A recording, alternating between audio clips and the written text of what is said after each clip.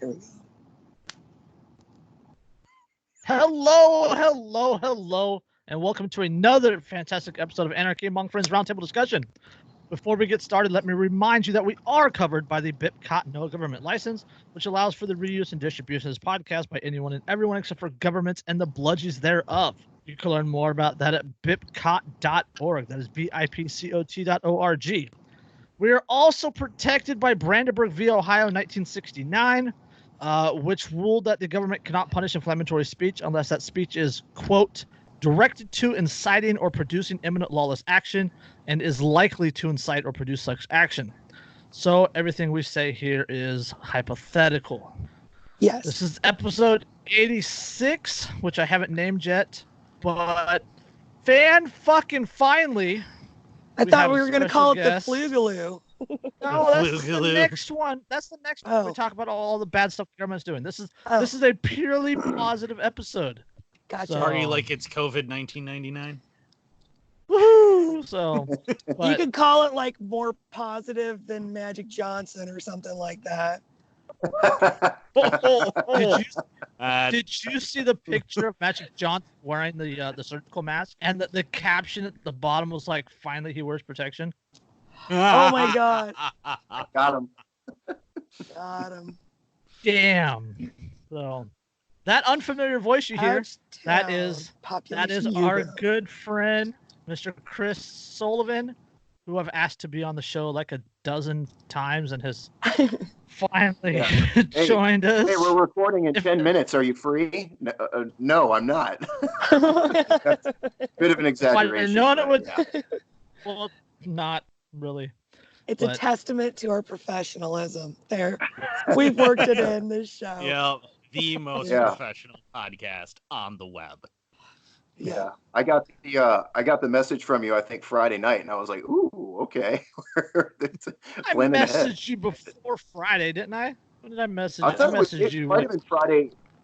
Friday afternoon, but I think I saw it when I was at work and I pulled into the lot and I was getting everything into my Jeep and I was like, "Oh yeah, okay." I was like, "Let's do it." Nice. Let's see. The 19th. Which is well in advance. I even mentioned well in advance in the message. Right. Well, yeah, you did. Now you're part of a very elite segment of the population because there's not a lot of people that actually want to come on here and talk to us. I doubt that. That's not true. Stop it. You, the misguided. Your USSA community reputation score is going to go down so far. You're not even going to be able to get onto a plane anymore. Yeah, you're basically on a watch list now. Oh, I've been hurt every time I fly. I can go through, no matter how many times I go through my backpack, there is a random 9mm bullet in my bag that turns into a half-hour fiasco. The last time I was flying out of DC back to Chicago to Omaha, and that was I was like, "Logan, just go sit down over there while I deal with this." And the cop was DC Metro Airport Police cop, and black African American female, and I had a Black Rifles Matter shirt on. Oh my god! I'm making friends today. Are you military or? Yeah, no. The first question was, she was like, "You wear there's a bullet in your bag?" I'm like, "Probably." I'm like, "I'm not surprised by it." She's like, "Are you a military enforcement?" And I was like, "Does this all go away if I say no?" I'm not actually not. I just. Yeah, I'm not a friend of the TSA. They don't. I swear I get stopped every time, and I don't even try. I'm not even trying to plant stuff to. My girlfriend says, "I think you do this stuff on purpose just to make a scene." I was like, "No, I'm just that stupid." So. I mean, you got to get one of those "It's not gay if it's TSA" T-shirts to wear. Like they're going to be frisking you every time. That's a lot of good photo ops for your fellow travelers. Yeah, it is. I usually have some sort of taxation as theft shirt on. I usually make sure to do that. But I don't try to make problems. They just happen. Yeah, our buddy, the terrorists win. Yeah. Andrew's really quiet. I can't Why even. am I quiet? What the hell? Yeah, our buddy Jake McCauley, he wore the TSA's gay shirt on the way to Anarchy. He literally bought the shirt for that flight. So Nice. that was a win from Jake. Rachel was really proud of him. Huh. There, am I Awesome. louder now? A little, but A little? What the hell? yeah. I even turned my gain way up. That's weird. How about now? Is that better? A little, yeah. That's better. Okay. We can't hear you at all now, so it's perfect. Professionals. Yeah. No, it's good now. It's good now. So professionals. He was fine before we started recording. He was coming across just fine, so I don't know. If he'd have been here on time, we could have got the situation corrected before we started recording. That's right. Well, no, we couldn't have because it didn't happen until we started recording. How are we gonna know? That's like sounds like Declan logic. Like there's something wrong with that. I know it, but I can't figure out what it is. It's like talking to Declan. Yeah. We do trial runs of recording so that we can figure. I mean, we're not that professional. Hell no, we're not that professional. There is no practice here. So, all right. What's the first thing we're going to talk about? I don't know. I was going to do a little elephant in the room. Yeah. Talk about the big little virus thing. Give an update on your area, I guess. On what's going on where we live? Yeah, sure. We're all in different parts of the country. Might as well. Yeah. So here in Virginia, here in the sticks of Virginia, I can't claim affiliation with any city in Virginia, but in the sticks of Virginia, # Governor Blackface. Yeah. Nothing has changed in my life except that the fucking grocery store shelves are bare. Basically.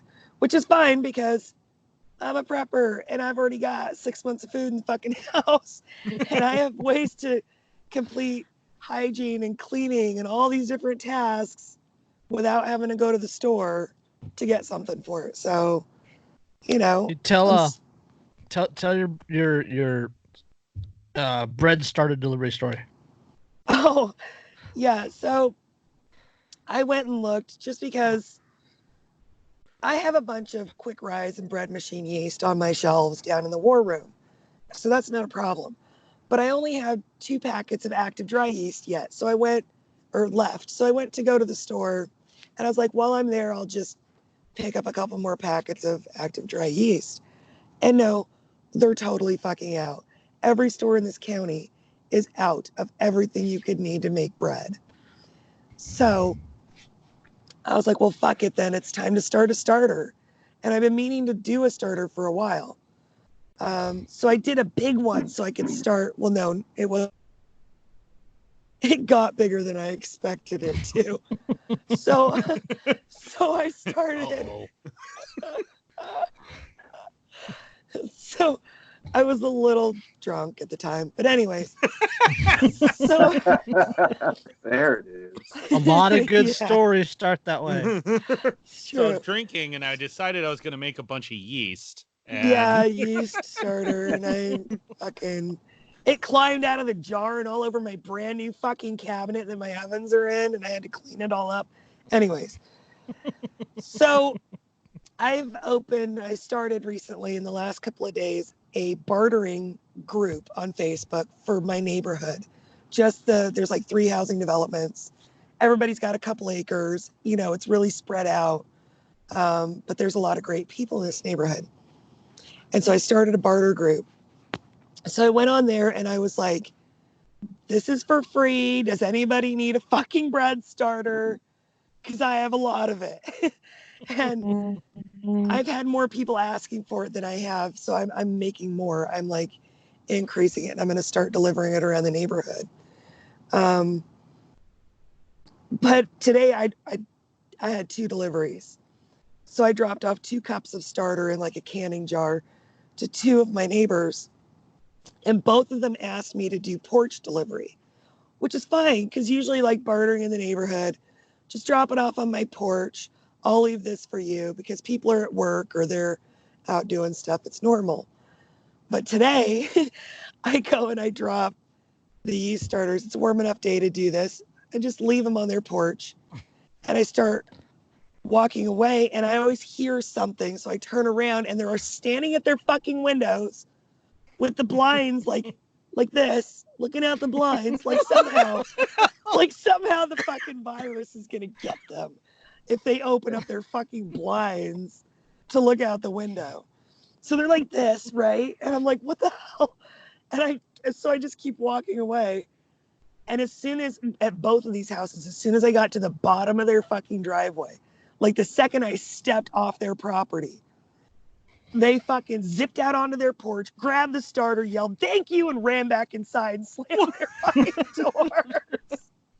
Like they're a trapdoor spider. What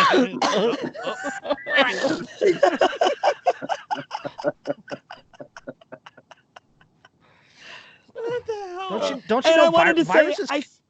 I wanted to tell them I sterilized the jars and I took a shower like 5 minutes before I got in my car to come over here. And it's like a 30-second car ride, so chill. Don't you know viruses respect property lines? Oh. Yeah, and they especially respect the blind. It can't infect me if it can't see me. And I'm like, come on now. Fucking really? Everybody, did you guys hear that part where I said everybody in our neighborhood has at least 1 acre? Their lot is at least 1 acre. The neighborhood's full of 1 to 4 acre lots, and there's one that's like 14 acres. That's the old farm that the neighborhood is named after. And so, like, why are people inside their fucking houses shut in tight with the blinds closed? I don't fucking get it. The roving bands of infected might show up and I guess. Meanwhile, I got my kids out in the yard making them fucking do yard work and gardening and shit. And they probably all think I'm crazy. They got to keep an eye on their 14 packs of toilet paper. No shit. My God. And both of those houses had cars all the way out the driveway parked and on the side of the road next to their house. So they're like sheltering huge amounts of people in their homes. It's crazy. I'm like, what? Oh yeah. My God. Yep, that's worse. That's worse than a chickenpox party. Yeah. Oh yeah. We're all gonna cough at each other and interact very closely and touch each other, and it'll be fine, I'm sure. But we need to make sure that we hide from the scary virus carrying people on the outside. Yeah. Yeah. These are strange multivitamins you brought in from the city. Yeah. Yeah, it's a mess. And I have a delivery tomorrow. Shadow people. I have another delivery tomorrow, so we'll see how that goes. You should. That one has also asked me for porch delivery. You should put it on the porch and just start coughing really bad. God. Start coughing when you get to the property line. Dude, or something. I was in Walmart the other day just buying some spare ribs or whatever was fucking left on the shelves, honestly. And I coughed, and people looked at me like I was fucking Typhoid Mary. And I was like, I'm a smoker. It's smoker's cough. I always have this cough. Jesus. That's what I'm worried about right now, because I woke up this morning and it's gotten so warm here that everything's blooming and I have horrendous spring allergies. So like my nose is running and I'm hacking and coughing and I'm like, oh God, everyone's going to think I'm sick, and I'm not. It's purely allergies. It's just that my body is massively overreacting to flower splooge, okay? I promise. Yeah. It's not a big deal. We call it tree rape season, and I've already got the layer of yellow all over my car. Yeah. Yeah, I remember that growing up in Maryland, that, you just get that dust that time of year that's all over fucking everything. Yep. Yeah, I told my son, I said, you got to remember too, kid, it's like just because people cough, people are still, there is still the flu out there. There is still colds. There are still, just regular, allergies and stuff. And, Or somebody just inhaled some of their fucking saliva down their windpipe. That happens to me on a regular basis because I'm graceful like that. Food in their coffee an hour. Yeah, exactly. So, Oh no, they sneezed. We're all gonna die. Well, that's why I wasn't on the podcast 2 weeks ago. Well, I couldn't be on because I had the flu really bad. I had influenza A, and it was just freaking killing me. That was bad. We had that in January. All of us except for Kevin got sick. Oh, and it was horrible. And somebody was like, "Are you sure it's not COVID-19?" And I'm like, "Trust me, even if it is, how would I know the difference?" Right. The symptoms are literally identical. There's no way that I'm going to know the difference, and I'm going to behave exactly the same way regardless. I'm going to stay home and isolate myself from everyone else so I don't get anyone else sick. Yeah. That's what I'm going to do. And sleep and fucking hydrate. Yeah, and that's all I did. Yeah. Like I pounded Gatorade and slept. Like I think I over the course of 4 days, I left bed once. Like to not, other than going to the bathroom like one time. Yeah. I got out of bed to go do something. Declan and I hibernated in my bedroom for a week, and we did fucking nothing but watch TV and sleep.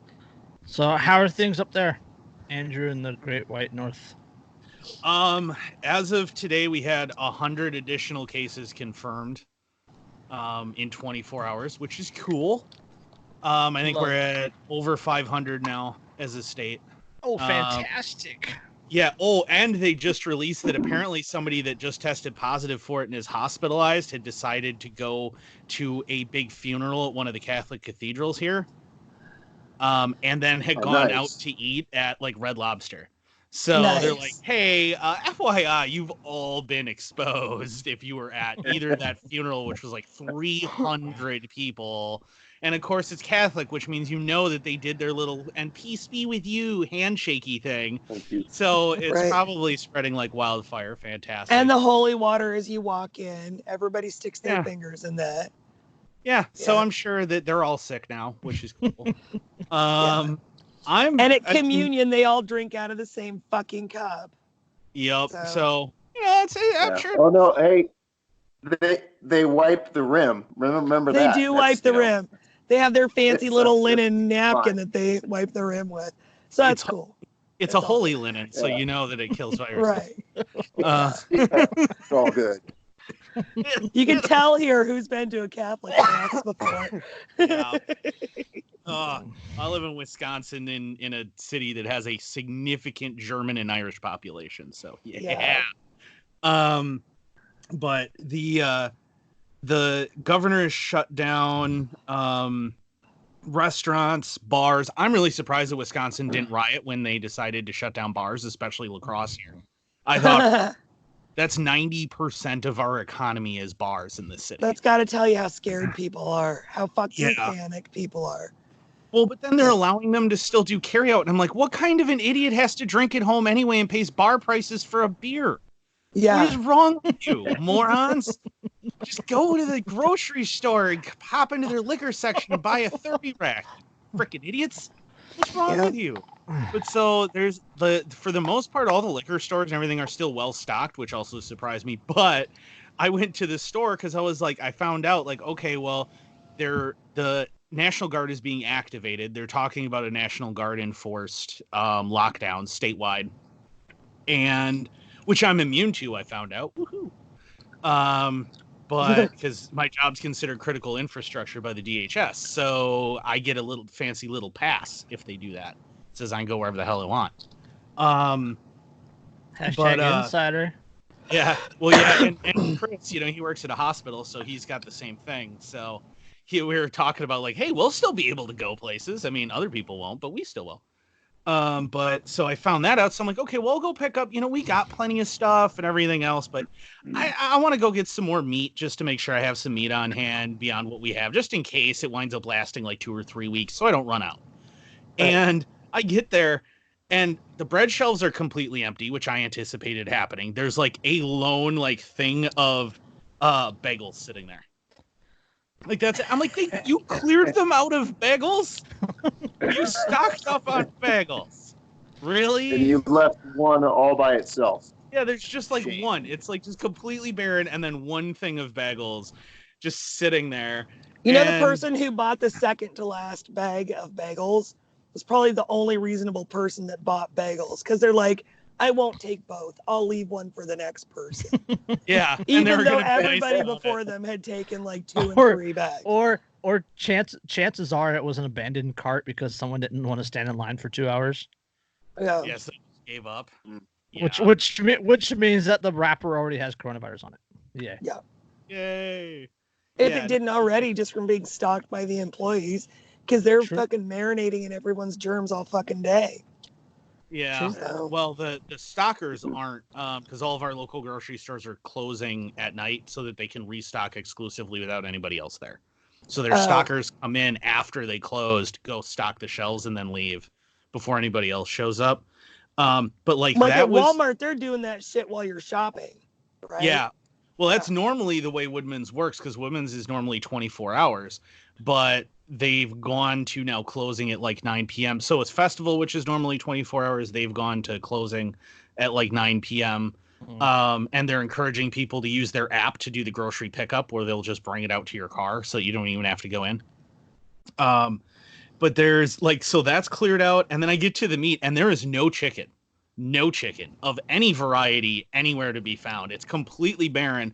All of the pork is pretty much gone, and then all of the beef is pretty much gone. But as I looked, I realized that the meat that's left is the huge pieces. So you have like this big, thick pork tenderloin that you can totally cut down into pork chops, into about a dozen pork chops that they left behind, and there's stacks of those. Nice. And I'm like, what? You people stocked up on the wrong meat, morons. You stocked up on the small stuff, and there's these huge things that are a true, simple, cheap way to stock up on huge amounts of meat, and you left it all. So I just filled my cart with all the really big shit. So like half of my cart has like 6 items in it because it's just these massive pieces of meat. And then I wanted to get butter, and I wanted to get 2 pounds of butter, because I'm like, well, we only have like 1 left.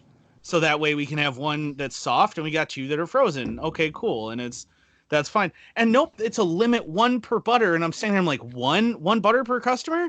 Are you kidding me? Wow. And then as I'm standing there, this lady's walking by. She goes, oh, they have butter again. You people bought them out of butter too? What is wrong with you? How much baking are you going to be doing over the course of this quarantine? Well, You are those bread concerned- shelves are bare. People better be fucking baking if they want fresh Apparently. bread. Good Lord. And then they have this massive overstock of milk. So no one's stocking up on milk, apparently. Really? it's Because just- you cannot find a gallon of milk here. Oh, it's Here everywhere. either. It's No, well, I can't mean, find- we're also dairy state. Wisconsin, So, like, yeah. yeah, literally, That's you true. can literally, like, if they were sold out, you could go to a farm somewhere and just go buy milk. That's Right. not going to be a problem. I laughed about the meat too, and I had one of my customers come in, and he's like, "Dude, I ain't even worried." He's like, "You know how many farmers I know that have beef cattle right now? Like, if it got bad, I'd be like, dude, I will give you $2,000 for one of your cows, and just buy one." Like, Yeah. he's like, "I'm not $2 concerned." grand. I mean, if you're buying a side of beef here, a half cow, it's like $1,400. Mhm. But these are all like Black Angus farms around here. Yep, that's Well, what that's what that's they- what I can. That's what I can buy here too. I can buy a half side for 1,500, and they'll butcher it for me. Yeah. Paid that much for a head? Wow. Holy cow. Yeah. we a don't. quarter beef's like a quarter beef is like $700, and that'll get you like 120 to 140 pounds of beef, depending. How much do you pay for a hog? For what? For a hog? Oh, I don't know. I Huh. don't know.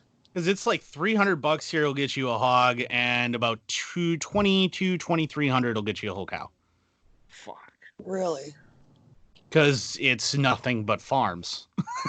it's Yeah. all True. beef, pig, milk farms, chicken farms. It's all farms. So meat, milk, all of that stuff, eggs, they're all really, really, really cheap around here all the time. Yeah, there's not a lot of livestock farms around here. It's No. mostly like corn.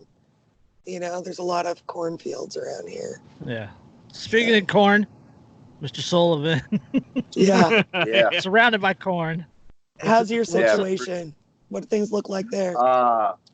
It's not as bad.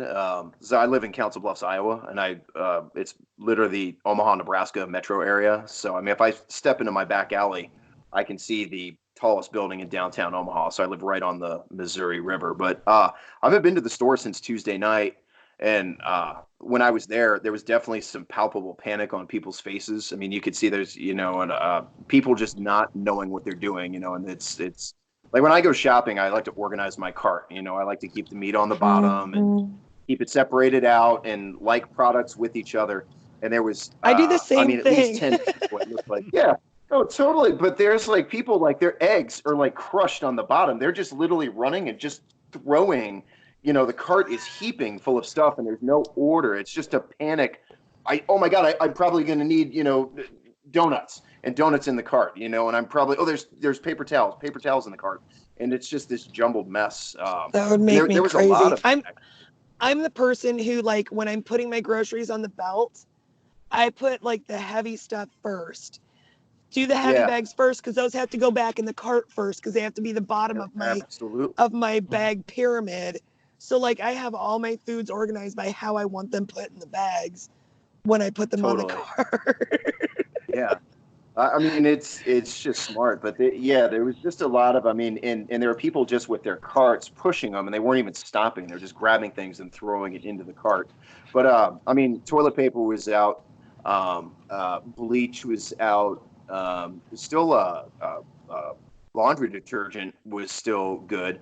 I mean, there was still stuff. I mean, meat was still pretty well stocked. I mean, you could still get usable things, but one woman had 2 carts full of just chips and soda, and there was another guy just stacking pallets of soda into a cart. Because that's gonna last long. Stocking up on the essentials.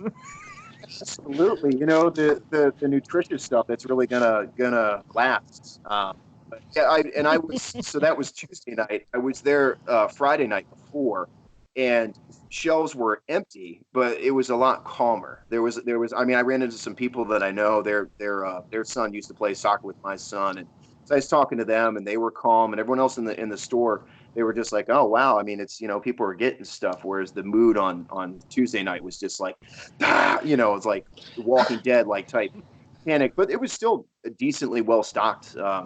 A couple days before that, I was at Sam's Club, and they were out of beans and rice, toilet paper, bleach, a couple of other things. But meat was still pretty good. But we're in the heart of cattle and hog country too, so it's not too bad. But all the schools are out till May 1st, and now they're even talking about. If you're going to take it to May 1st, you might as well just cancel the school year. So, but.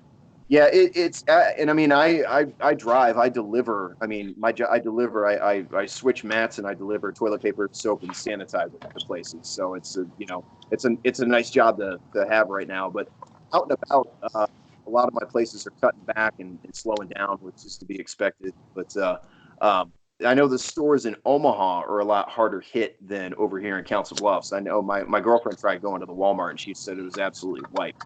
And I was like, well, don't fucking go to Walmart, go to our it's a hype out here.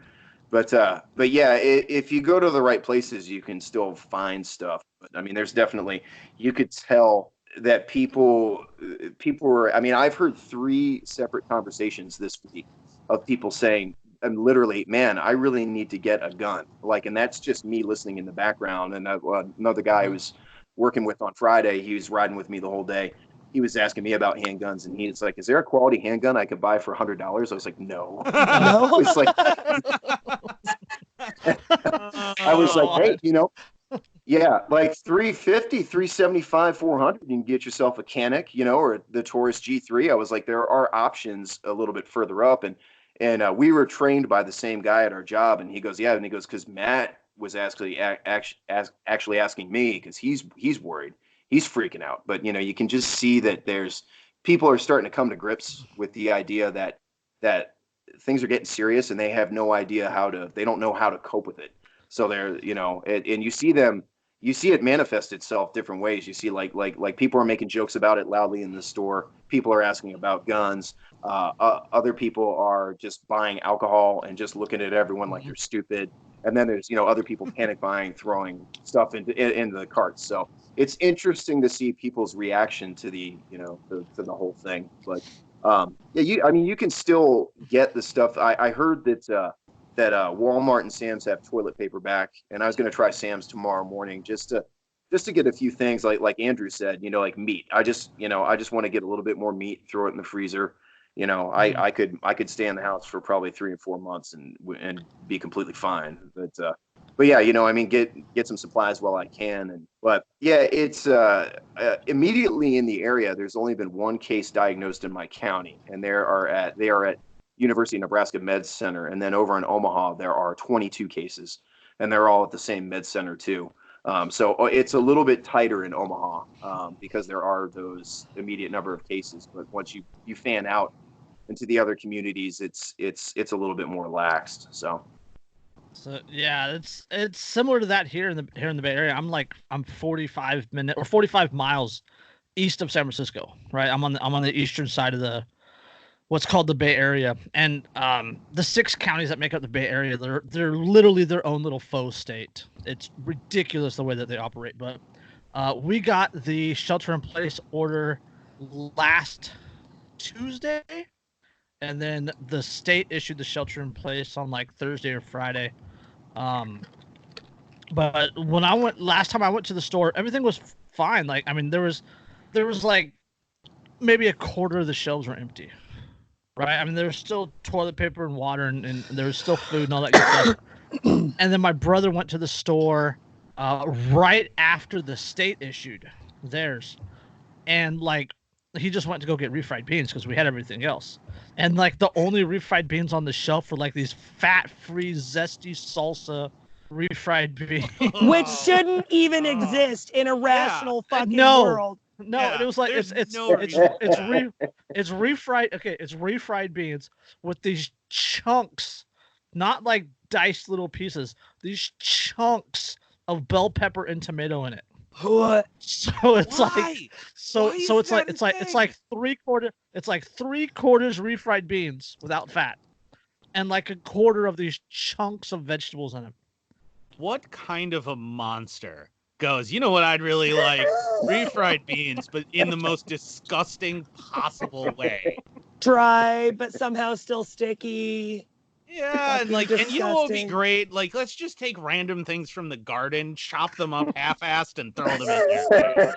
Literally like a plan. exactly what it sounds like. Barf. Oh, It's bad, Barf. but and then he went again on Friday on the way home from work, and like stores are still empty. Like there's no eggs, no bread, no rice, beans, pasta are all gone. The meat's empty. Most of frozen food's gone. Alcohol is like half empty. Not And at that's the my local NEX. one. They keep the That's- NEX well stocked with alcohol. That's my local one. And then the Walmart actually over by my dad's house, and we jokingly call it the Walmart because it's that bad. They literally have police vehicles out in front of the store. Do they have like bars on the windows and shit? cover No. me, I'm going in. Hold on. Like the entire cosmetic section, and the colognes and the body washes and deodorants and things like that. They're all in this own little section of the store with its own little register. So like you can't put it in your cart and walk around. Like if you buy it, you have to pay for it right there. Oh my god. It's Lord. that ghetto. It's that Wow. ghetto of a Walmart. It's that good of a Walmart. So, but That's It's like then the you go- electronic section in normal Walmarts, is what you're Yeah. saying. Yeah.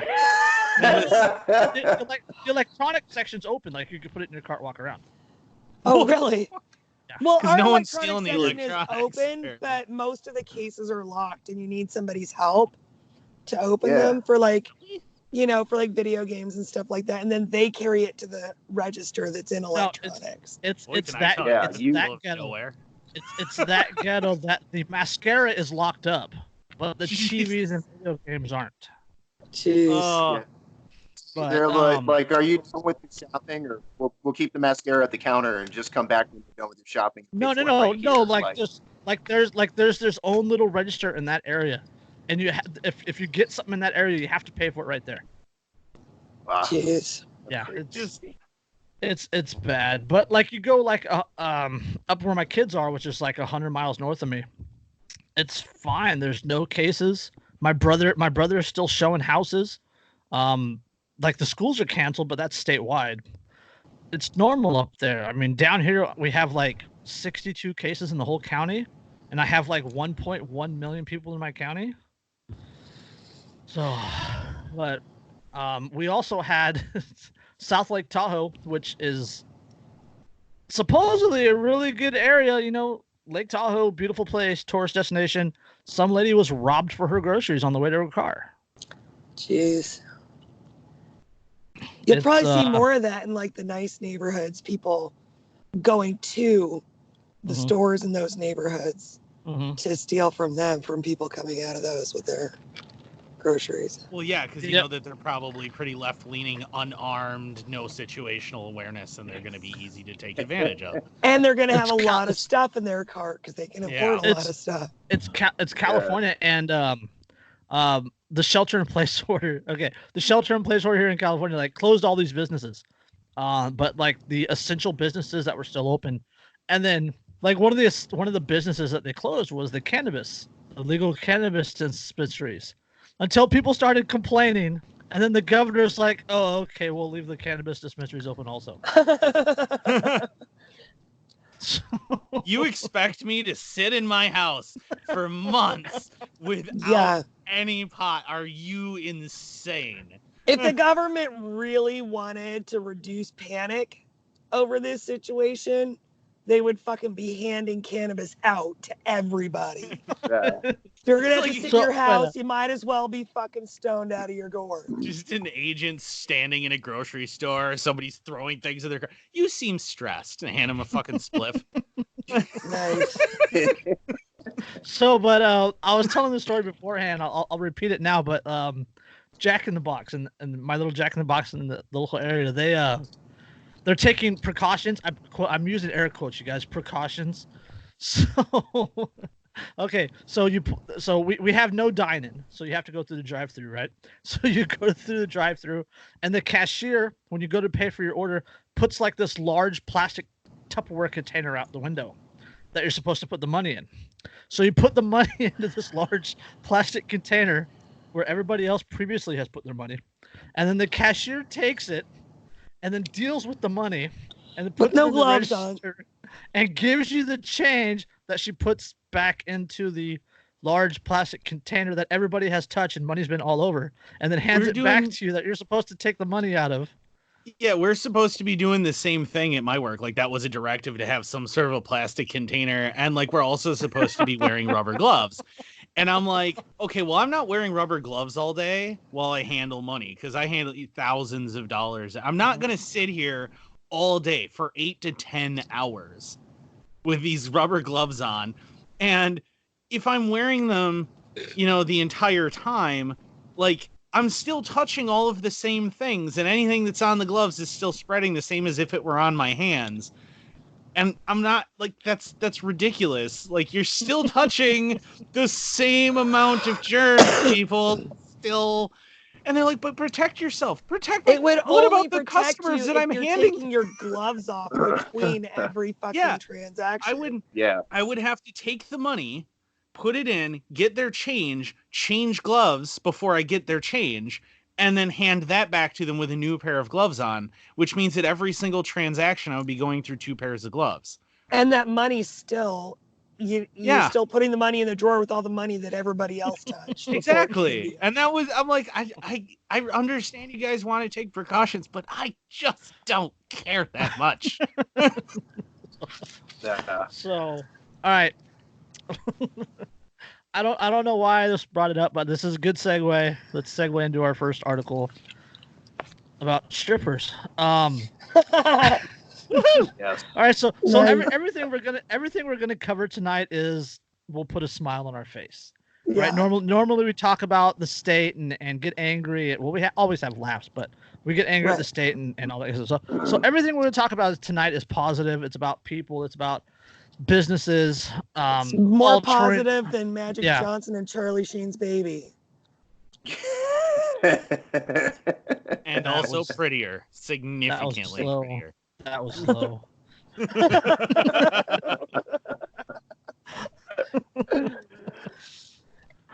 Can I blame it on cabin Oh. fever?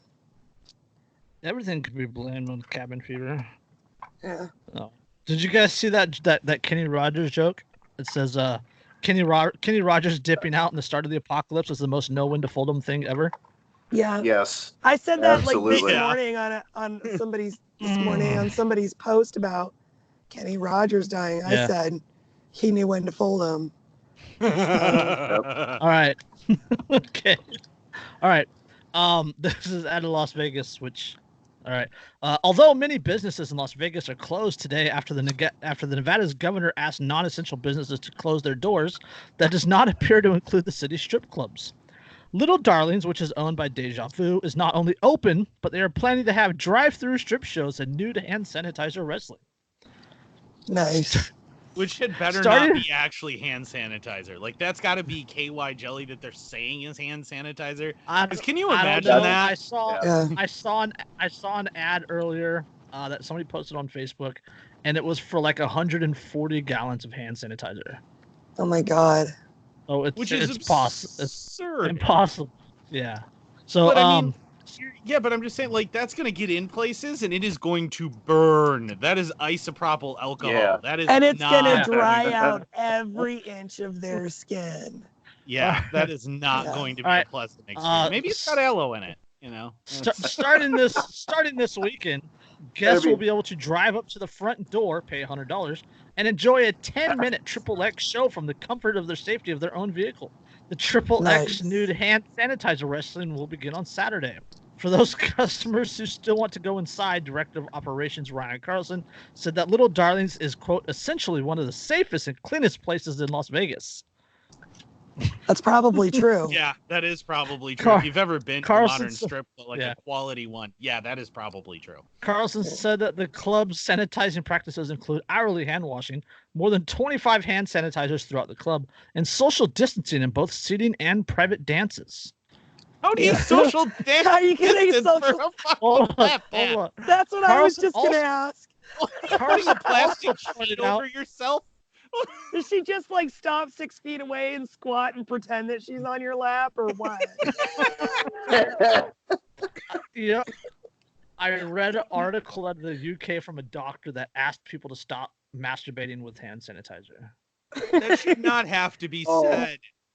Yeah. No, in So, fact, all right. let's Yeah, stop that's saying not it and let anything. the situation work itself out naturally. All right, Yeah. hold on. Okay. All right. Why does it burn? Well, probably because you're a fucking idiot.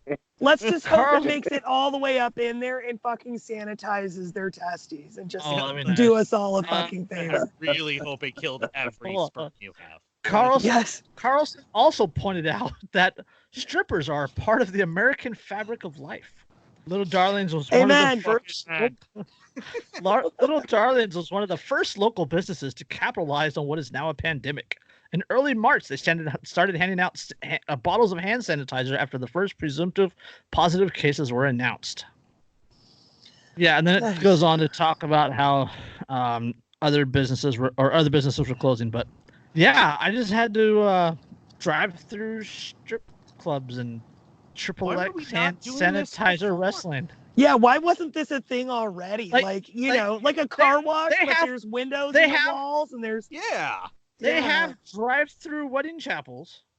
Yeah, why not drive through strip shows so that way you could literally have your engagement happen in a car, your bachelor party happens in a car, and Right. the marriage then happens in a car, followed obviously by the honeymoon in a car. right. Yeah. True. Now all they need is drive-through divorces. Yeah, full efficiency. Oh, it'll never be that simple. Well, the paperwork will, is what I'm saying. They already have drive-through divorces. You can open doors on the interstate. Funny. Boom. I would say something about a rim shot, but that has an entirely different meaning in this context. That's why you should say it, Jason. I almost got Derica to spit out her drink. That would have been good. So, yeah, I have nothing to add to that. That was just I had to bring that up because, well, we love strippers on this show. Free markets are fucking beautiful. Yeah, Yeah. unfortunately, I love strippers, I think, more than anybody else, regrettably. It's Two 'cause I'm married ex-wives? Well, One only ex-wife? one of them was a stripper. Only one of them was a stripper. Oh, The first- Hooray for fourth vetting! nice. Do you think, did they just have like one line? Like, because I mean, if you get a pretty good turnout, you might be waiting there for quite some time if it's only one line of cars. Like, how does, I don't Well, know. if they You start think getting they a lot of planned on interest, that? they could price gouge, right? And You and could no, supply and demand. They could start charging more. you could set it up like the little kiosk things, the drive-through coffee shops, just a whole line of them, Yeah. Yeah. and just Or have like like the window shows in Amsterdam, like in the red light district and shit, where you just walk by. Yeah, it could work. Yeah. I'm seeing a business opportunity developing here. This is an untapped market. Haha, tapped. Yeah. Maybe the Put a few 2020s are all. kiosks in the, What's that? yeah. Oh, just put some kiosks in the parking lot so you can really, you can crank through more per hour, and really get it going. Yeah. That's like We're just beating this to death right now. And the best part is, whatever you happen to do about these shows is all gonna stay inside your own car, and nobody else has to clean it up afterwards. see, I'm picturing. You guys remember drive-in movie theaters? Yeah. Yeah. Like that's what needs to happen. Just a drive-in movie theater. Everybody pulls up. You pay your $10. Park your car. You put the little radio in your window. You put your $10 in the little. You put your $10 in the little Tupperware thing. The Tupperware hand it thing over. of people with gloves. Oh, God. There's even more incentive to use gloves in this context. They hand you tissues and some hand sanitizer. Yeah, it's But it's like a whole new. It's that law of the internet. Which one is that? There's Rule if it 34. exists, right? If it exists, there's porn of it. Or if there isn't porn now, there will be soon. Actually, JC, you bring up a good point mentioning the drive-ins, because I've discovered that apparently drive-ins in general, because everybody stays in their cars, are immune to shutdowns. Yeah. So they're seeing a massive resurgence as temperatures warm up, and this is all happening where more and more people are actually going to drive-ins. So we could see a resurgence of the American drive-in, which is freaking fantastic. That would be awesome. Some of my favorite memories were at drive-ins. Mm. Innocent memories. I know where you're going. Innocent memories. Well, we always do a drive-in thing for Mississippi Mayhem with all the hot rods and stuff. We all go to every year. We go to drive-in, and so there's like 300 cars, 1964 or older. It's parked at a drive-in, which is really cool. Nice. There's still a drive-in open in Newburgh, Oregon, like the next town over from where I grew up, and it's been open forever, basically. I think. Since they became a thing. Yeah, the local one to me got taken over as a homeless camp. Yeah. So, all right. There's only one drive-in in my town, and it's the Google plant now. They tore it down like 10 years ago, and Google bought it and built a big data processing center there. Jeez. There is still I'm about to get one of those outdoor fucking inflatable projector screens. We have a projector, we just need a screen for it, and start fucking showing movies on my front lawn for people who want to pull up in their car and watch, and go charge them each like Would you like any $5? popcorn? I have cans of Mountain Dew, Pepsi. We got Make sure you do porch delivery on those though. I got a bowl of rice and beans for each one of you. It's an extra $3. Yeah. Can I interest you in a nice bottle of hand sanitizer? Yeah. Fresh baked bread. All right.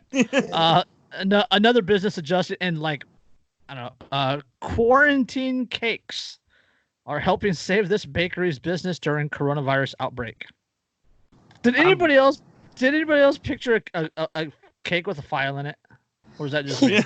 Yeah. I was actually picturing like getting a cake like in the shape of a biohazard symbol. Right. I saw somebody post a picture of piñatas in Mexico in the shape of the COVID virus. With the Chinese guy on them. Like this super racist, stereotypical Chinese guy on them. Wow. When this is all over, I want to get one and I want to fill it with TP rice and beans and just smash the shit out of it. All right. Quarantine cakes are helping this bakery's business during coronavirus outbreak. And if you can see the picture, it's like really good looking cakes, right? Mm. And then the one on top says wash your hands, and the other one says don't touch your face. Nice. Sound advice.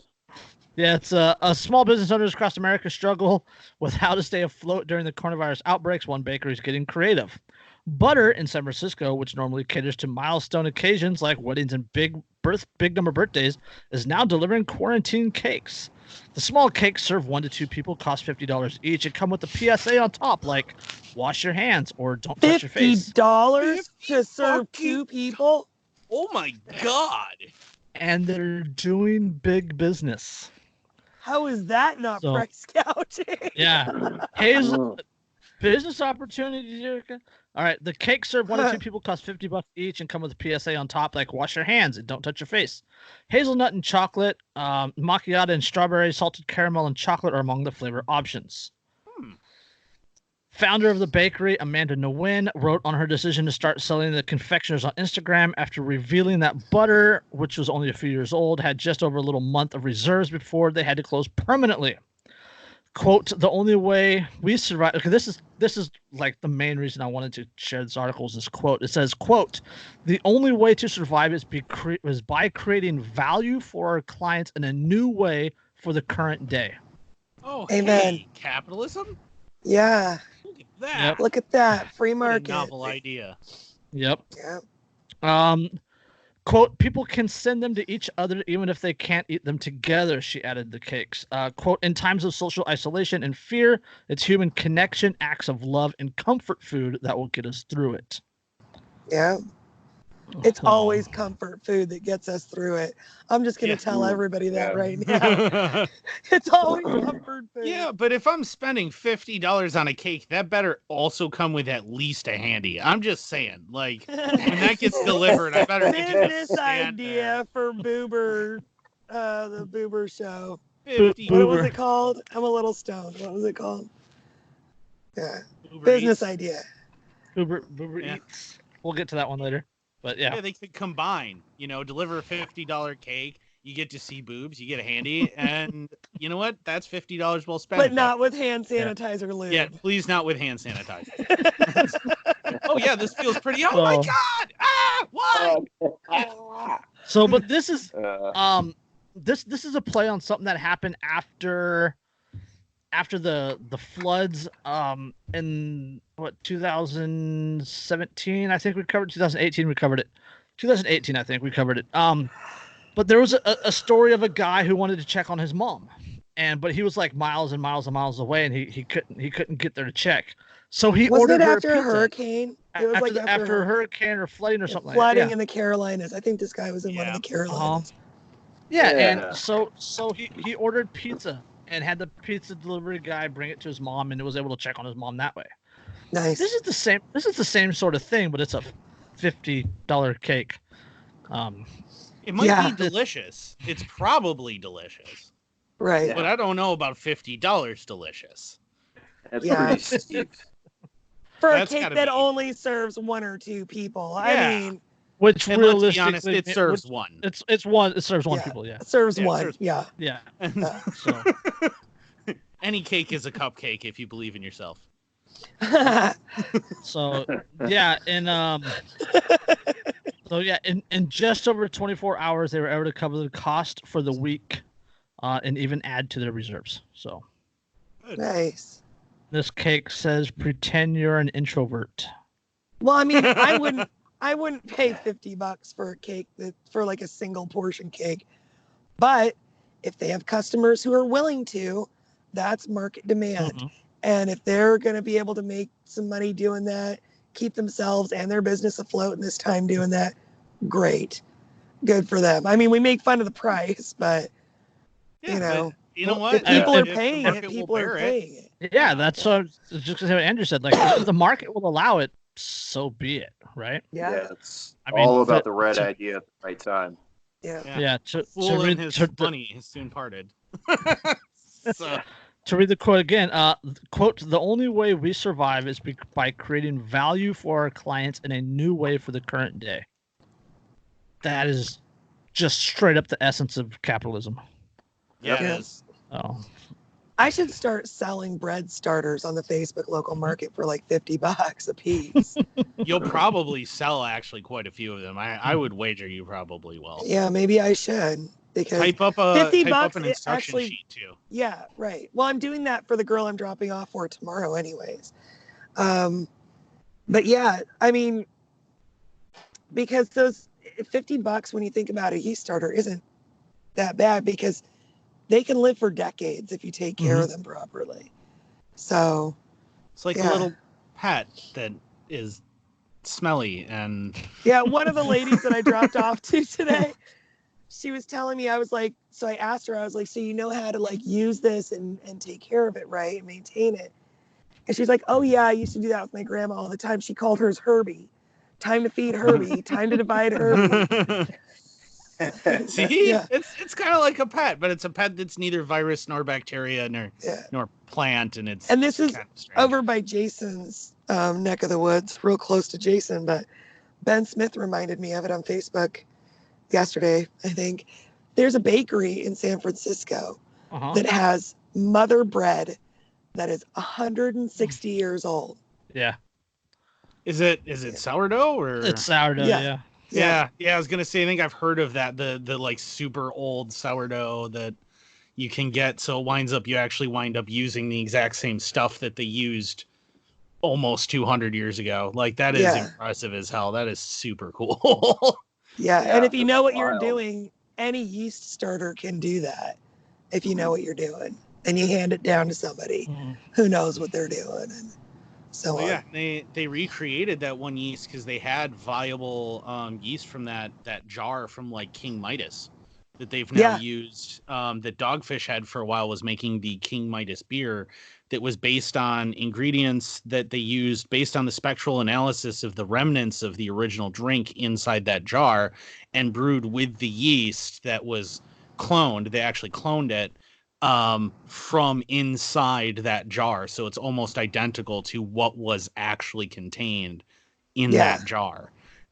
So it's really cool. I used to buy it all the time. I can't find it anymore, but it was really cool because you're drinking a like 3,500-year-old libation, which is Right. really An article from 2014 says it was 160 years old. Oh, okay. In 2014, so now it's what, 6 years ago. 166? Yeah. So still going strong. Yeah. So I think I like could sell really those for a good price on the Facebook local market. Yeah, you probably could. If you have instructions bread, on too. here's how you take care of it, here's how you use it, maybe a quick recipe for homemade bread, and you just like, hey, you get this, how to do it, and everything for $50. Yeah, Right. you'll have people paying for it. Yeah. Yep. So, It just depends on how many fucking canning jars I have. oh, So, oh, all what right. the hell? What's our next article, Jason? Okay. An unlikely hero. Surfer sets up toilet paper exchange on Encinitas street corner. So this is from March 14th. So this is a week ago when there were really bad toilet paper shortage. Johnny Blue, a 33-year-old physical therapist and avid surfer from Encinitas, was seriously bummed Friday night. He saw reports across the country of people hoarding toilet paper in wake of the coronavirus outbreak, and one of his good friends had a difficult time finding diapers and essential supplies for his kids at a nearby store. So on Saturday morning, Blue took a cardboard sign and a simple request, quote, share your toilet paper, and camped out on the corner of El Camino Real and Encinitas Boulevard. This is in San Diego.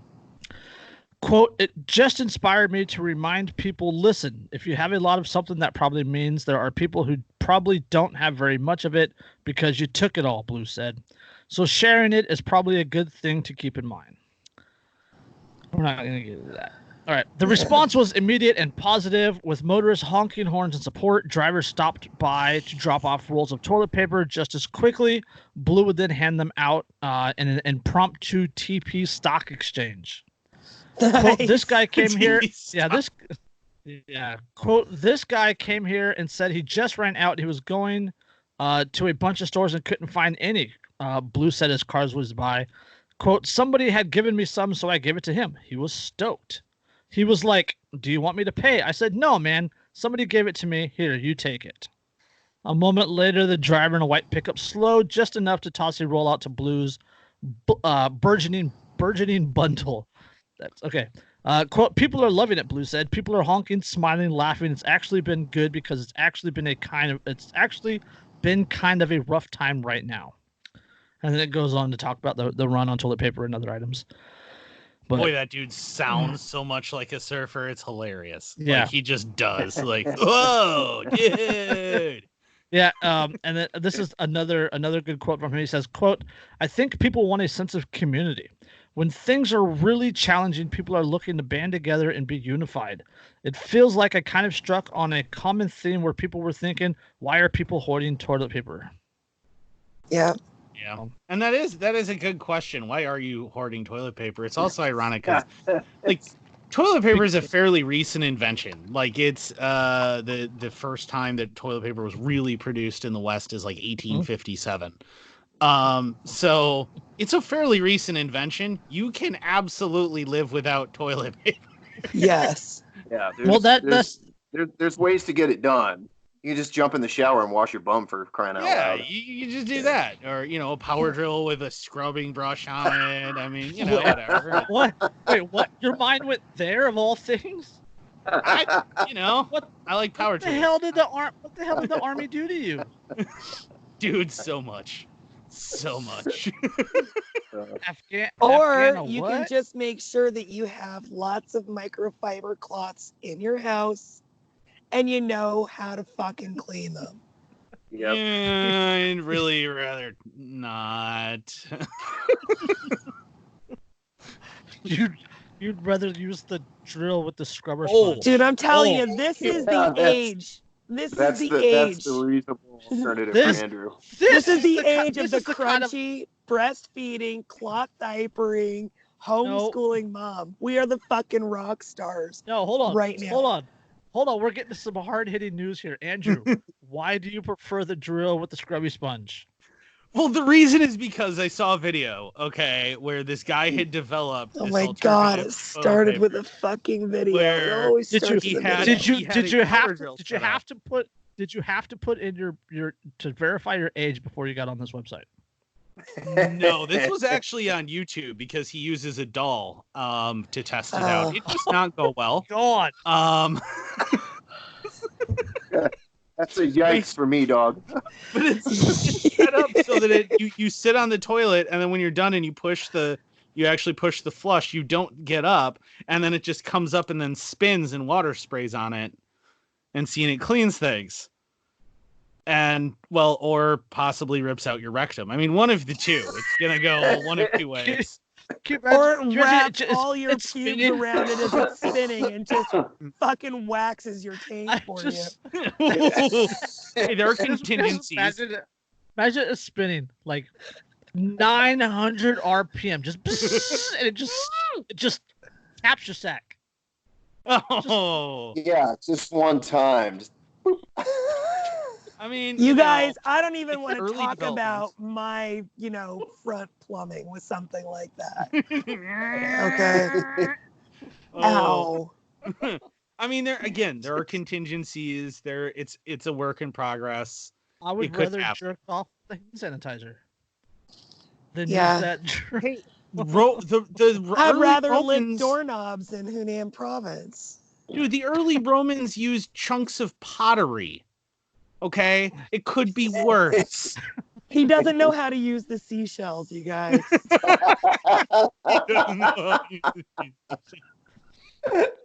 Oh, still better than a pine cone. Somebody actually found at like Overstock or something like a bathroom decor thing that was a black tray with the 3 silver seashells on it, and like just set their toilet when all the toilet paper thing was becoming an issue. You've got a Demolition Man reference, so the night is complete. That's all we need right there. That's right. Yeah. We probably usually manage to work in one dystopian movie reference per episode. Yeah, at least one, usually 2 or 3. Yeah. Oh, there are so many Mad Max references. They'll have to wait. The memes, Jason. Oh my God, the memes that you made of me and Kevin and Declan. Those are glory. Those were so fucking good. Did they? I didn't follow them after that. They got a good reception. I think yeah. A lot of people reacted. The Derica one, Tina Turner, 1 week in the quarantine. Yeah. And then, that's pretty good. There's Declan Kevin, who runs Quarter Team Down. in the dog even. Yeah, the dog. That's great. One of the dogs. Yeah. Yeah, one of the 3, right? Yeah. Yeah, we can set up a methane farm around here. I promise you. I've got 3 boys and 3 dogs. Oh yeah.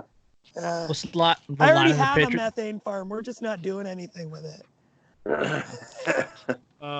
Yeah, my mom actually, but it's not necessarily just the boys, because my mom was just complaining about the fact she had my 2 little brothers and my oldest daughter in the car the other day, and guess who was the one who was stinking up the car? It wasn't the little boy. So. Well, all I have is boys. Even the dogs are boys. Yeah. And we have an out of country friend staying with us right now, Canadian Kevin, right?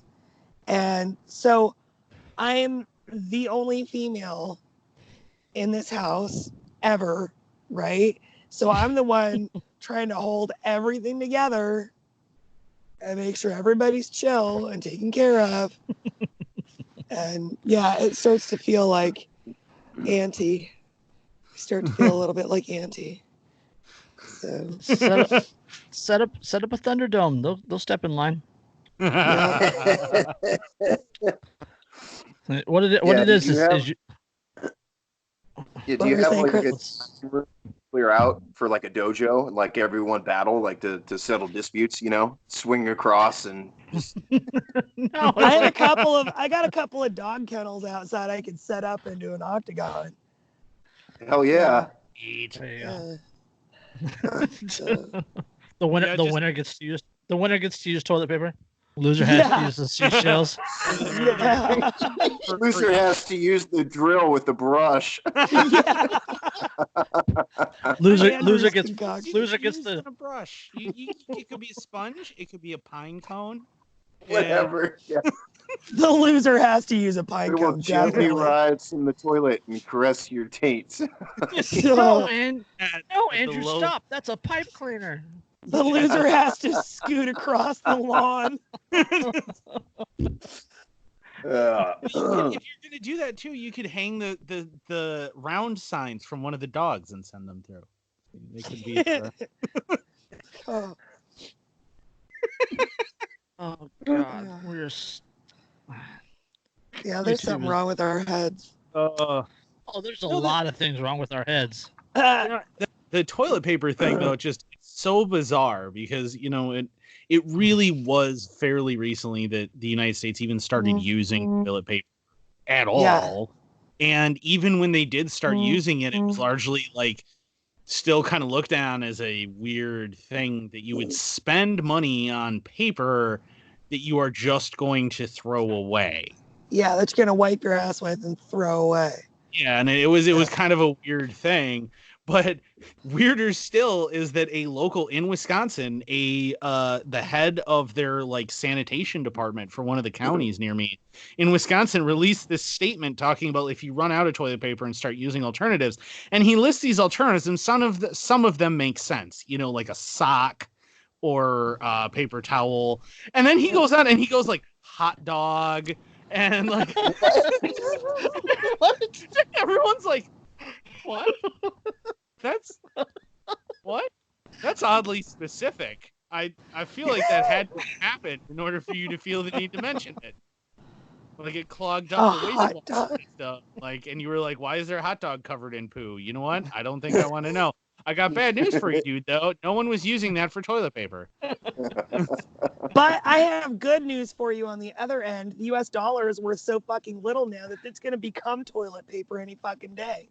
So all you people who are out.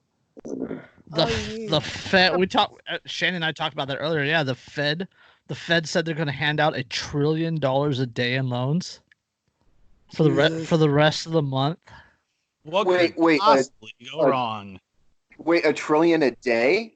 Like not just like another week infusion of $1 trillion. No. Holy shit. No, not like they've already started releasing like 14-day loans, so you get like $1 trillion over 14 days. No, they're also releasing $1 trillion per day loans for the rest of the month. 15.5 Everybody make the money printer sound. Yeah. It's not even money print. It's click clack click clack. Money printer go. Yeah, exactly. I was gonna say like that meme, the money printer go. That's what I was saying. Everybody make the money printer sound. It's fun. What's that come out to? You said 15 trillion? $15.5 trillion. And it's not even real money. It's all just like money on the computers. Federal Reserve note isn't real money either, but I mean, I know what you mean. Right. It's not even physical, like it's just code. It's just ones and zeros on a computer. Yeah, and I tried to explain that to somebody the other day because obviously I work in the financial industry. I work with a lot of money, and I tried to explain that to somebody the other day. Like, no, you need to like this, because they're like, oh no, it'll be great for that. No, it's not, because it devalues the dollar, because this money doesn't actually exist. They are artificially creating it and just saying it exists now, which means that the overall number of dollars has gone up, therefore its value has gone down. Yes. This is bad. This is very, very bad. I can't wait to pay $17 for a loaf of bread. Yeah. However, I mean, being a collapsitarian to a certain extent, I'm kind of going burn baby burn here. Like, let's just like I'm not sure how to feel about it, because dumpster fire. There's two wolves inside of me, and one of them wants people to not suffer, and the other one wants it all to fucking fall apart. So can't build. Yeah, and part of it too is that people are, once it does all come down, people aren't going to realize what actually caused it, and they're going to think they're going to blame it on something else. They're going to blame it on, a political party, or they're going to blame it on the virus itself, or they don't have that basic understanding, so that in 50 years again, do it again. They're talking about after this virus goes away, they're talking about 37 million people being unemployed, 37 million people losing their jobs.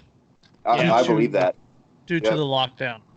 Oh yeah, I actually so right next door to my shop is this restaurant. It's actually a pair of restaurants owned by the same guy. One's Super Restaurant and one's Don's Super Restaurant. Completely different legal entities. I don't really understand why. I've never really talked to him about why, but I was talking to him yesterday, and apparently like it's gotten to the point where because the restaurant itself is closed and he has so little takeout business happening, even though, he's available for takeout, because the area that it's in Sparta is a very, very small town, and it's got a very old population who don't really use the internet much.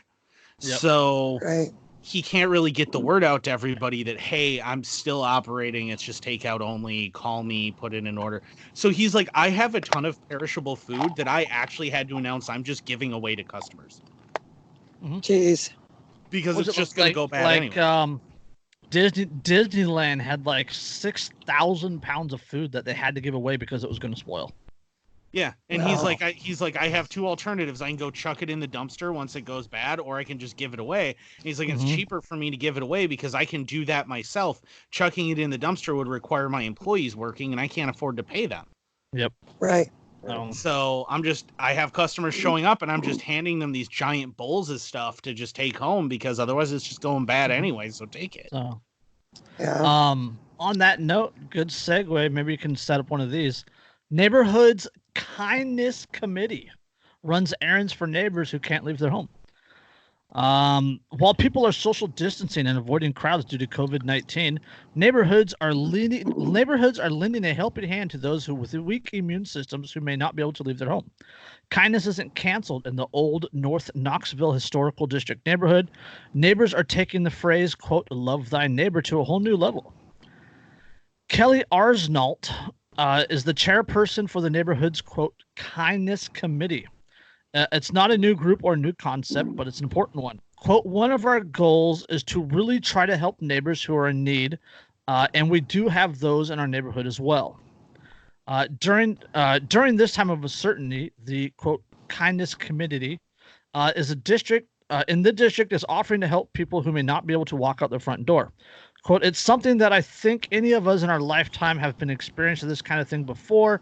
So really trying to just be there for each other and help others navigate through this is important. A Google form created by Arsenal's neighbor Kat allows homeowners in the neighborhood to volunteer help. Then those who are in need can request it. She got the idea from students at Tufts University.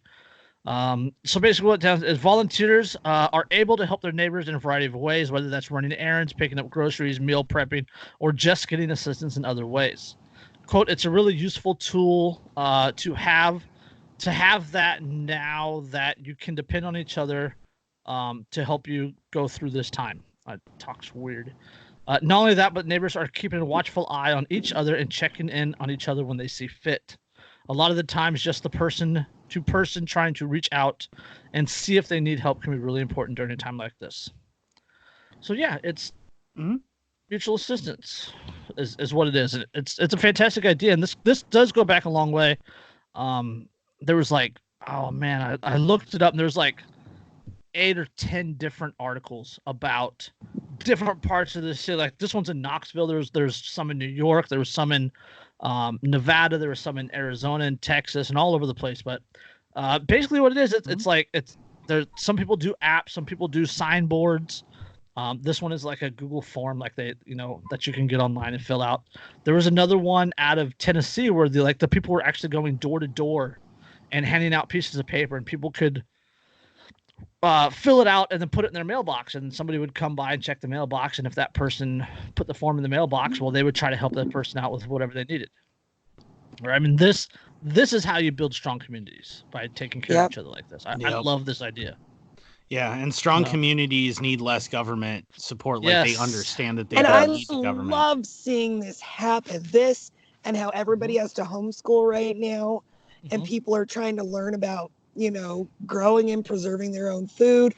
I love this because in the end, regardless of what the government's trying to do, the freedoms they're trying to take away, in the end, this is going to show people that we don't need this authoritarian regime doing all these things for us. You can do these things for yourself, especially if you cooperate with your neighbors. And I love that people are going to learn this right now. I think it's such a positive thing. Yeah, and I think, and I think I brought this up on the last show too. Like what anarchists really need to be doing right now is really talking a lot to people about like, hey, remember, you can do this. Like, we can support each other. We can take care of each other. You can survive without the police. Yeah, you can do all these things, and we need to keep pushing this and try and keep this momentum for independence up. Because if we can, this could be the start of the fall in multiple ways, the start of the fall of government. I was actually seeing a lot of those conversations about neighbors helping neighbors, about prepping, about firearms ownership, right? There was articles that came out like leftists were really upset that that they were lied to, that like you couldn't just walk into a store and buy a gun off the shelf.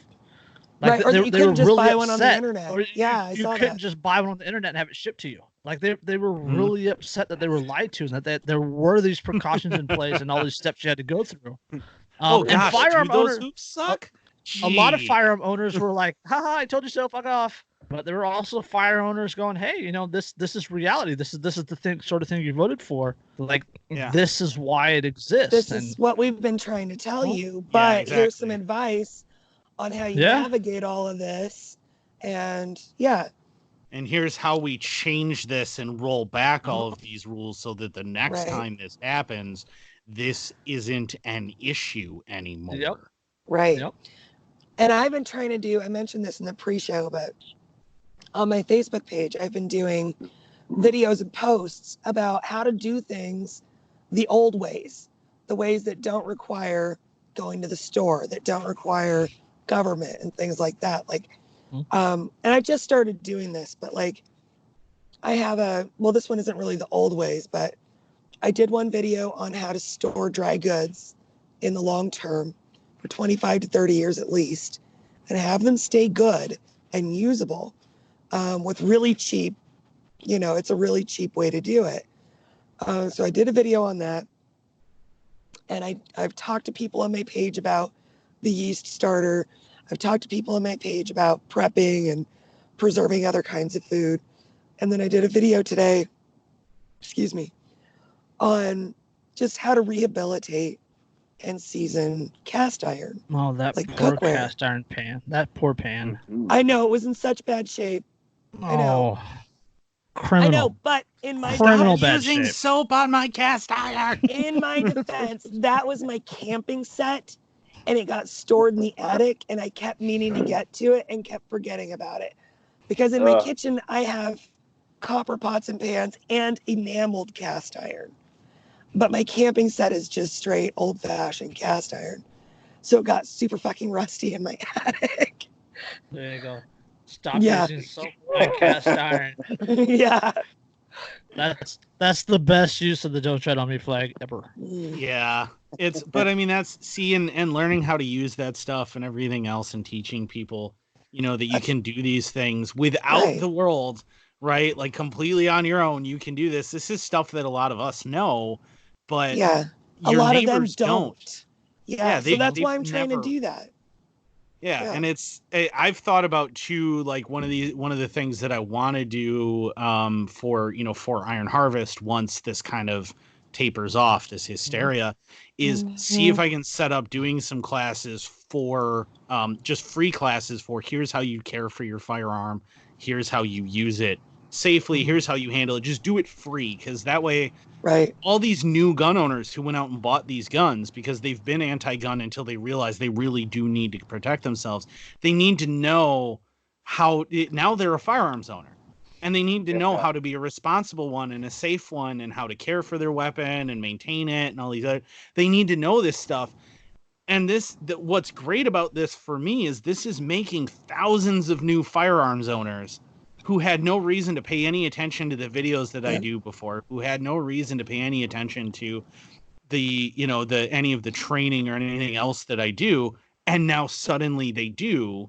So it's an opportunity to make pro-gun people who would not have been pro-gun people otherwise. Right. And to me, that's really great, because we're actually doing something useful and pointed to reduce panic and hysteria, because the more empowered people feel to take care of themselves, the less they have to panic about everything that's going on outside their fucking door. And to me, that was the point, was to calm people down, give them something productive to do, and, help people feel more empowered to look after themselves. And that's, I mean, and like with this community assistance thing, like I'd put a post out like a week ago, on Facebook, where I was like, hey, if there's anybody in the La Crosse area that they have, it's a parent with kids that can't get out and go do things. If it's somebody who's elderly and can't, I got a car that works. I got gas. I have time after work. Let me know. I can run their errands for them and get them all done so that they're taken care of. And that's what a community does. You just take care of each other and you go, hey, you can't do this. I have the time to do it. I don't have anything else going on right now. I can go do that and get that taken care of for you. I don't mind. It doesn't bother me. And I didn't do anything community wide, but I've been checking on my friends and asking them if they need anything or if they know anybody, you know, just kind of networking outward from me instead of broadcasting it out for anybody. But yeah, same kind of thing. You know? Well, yeah, and the issue is, I mean, like, since I live in a fairly big city, I mean, by Wisconsin standards, it's a fairly big city. By most of the country, it's not a big city, but it's a town for most people because it's like under 65,000 people. But and for Jason, it's a neighborhood. Right. But Not that's wrong. bigger that's twice the size of my entire county, by the way. Yeah, my so my county is 1.14 million. My county's like 24,000. Yeah. Yeah. So I mean, looking at that, I mean, we're not huge, but by putting that out there, because the city isn't super huge or anything else, it's easy for me to get pretty much anywhere in the city and the general community and go and run and do those things. I live a 20-minute walk from a major grocery store and stuff. Like it doesn't take me long. Even if I had to walk there, it doesn't take me long to go do these things because I live in town. It's easy for me to do. And because I work in the next town over, that's a half-hour drive away and through another town, well, I'm traveling all the way through there. So if there's somebody along that way who needs something on my way home from work, it's really easy for me to swing in there and just be like, here you go. I grabbed your stuff, you know, everything's great. Whatever, that's not a problem for me. Whereas if you're a single parent who's now got these kids stuck at home and you can't leave because they're not at school, what are you going to do? Like, I get it that you need that help. I'm down for that. Like, I can help out. And everybody needs to be doing that. And that's what this community assistance thing is clearly doing in a really big way is like, hey, like we have time, we have the ability, we can take care of each other. You don't need government to come hold your hand and help you. Your ding, ding, ding. See, in high school, I had a teacher that would stomp his foot every time he was giving us a piece of information that would be on a test. So that's what we really paid attention to was when he'd stomp his foot 3 times. I want to stomp my foot 3 times when Andrew says we don't need government. Okay, that's important. No, government is the reason things are fucked up. Yep. Yeah, and instead of going, hey, let's help you, they're like, hey, we're going to deploy armed men with automatic rifles and armored to surround your house. Trump called out the National Guard today in California, Washington, and New York. So. Yeah, and the way that article was written made absolutely no sense because they called it the Federal terrible. National Guard, and I'm like, hey, what? we're getting into negativity territory. Yeah, This all is right, positive. All right, let's go positive. Strippers. All right, Portland strip club forced to close. Yay, more strippers. So dancers now deliver. Nice. A misleading headline. These are cute girls too. All right. Portland finds a way. Portland finds a way. Close down her strip clubs and dancers will do delivery. That's what's happening at Lucky Devil Lounge. The club was forced to close with Governor Kate Brown's mandate to stem the spread of coronavirus. The order does not allow establishments to offer takeout delivery. They're not bad looking. All right, see. All right, and thus was born club owner Sean Baldwin's new business, Boober Eats. Nice. There it is. BOOBER Eats. Yeah. Yes. The whole we like to bury the lead. All right. Yeah. Unlike Andrew's drill with the sponge, we do not like to bury that. All right. Yeah. The home Andrew does though. That's why he's always smiling. Ruined him, damn near wrecked him. Wrecked him, damn near killed him. God, hell is going to be so much fun. All right. We have a reserved corner booth. The home delivery service in which a pair of scantily clad strippers will deliver hot food to your door started as a joke Bolding posted on social media. When many people began seriously inquiring about orders, Bolden saw potential. So while the rest of Portland was hoarding toilet paper and pasta, he bought out one of the local store's stocks of pastries. From 7 p.m. to 1 a.m., Boober Eats is offering the full menu from the Lucky Devil Lounge at the same price. Delivery rates are generally $30, but vary depending on the distance from the lounge. Quote, if someone wants to give us a couple $100 to go to the coast, we'll do it as long as the girls are taken care of. Popular orders include chicken finger, steak bites, and mini corn dogs.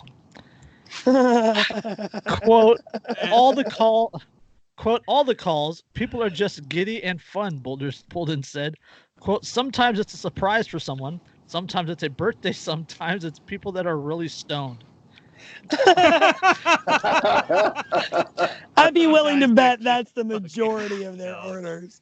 Like, dude, you know what would be fucking I'm great? Stoned, if I'm stoned and I can get mini corn dogs delivered by a stripper, I'm doing it. And not just a stripper, it needs to be pointed out, they are topless. They have pasties on, like stickers over their nipples, but they are completely topless as they're doing this. Yes. Right. All dancers are driven and escorted by a security guard, and there's at least one rule that carriers over from the strip club to the pandemic: no touching the dancers. But social distancing seemed to be a struggle for the women themselves. The club has turned into the headquarters for the Boober Eats, and on Friday it remained full of dancers, delivery drivers, and members of the media. Some of the dancers greeted each other with hugs and took selfies together.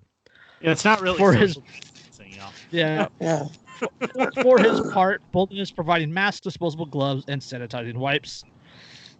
Strippers are like hairstylists or tattoo artists. They usually, quote, book a space to do their work and consider independent contractors rather than employees. This means they typically aren't eligible for unemployment benefits. Yep. Which is true. Quote, it becomes very real when quote, it became very real when all this happened, said one of the dancers who goes by the stage name Olivia. Quote, dancers work for tips and tips only.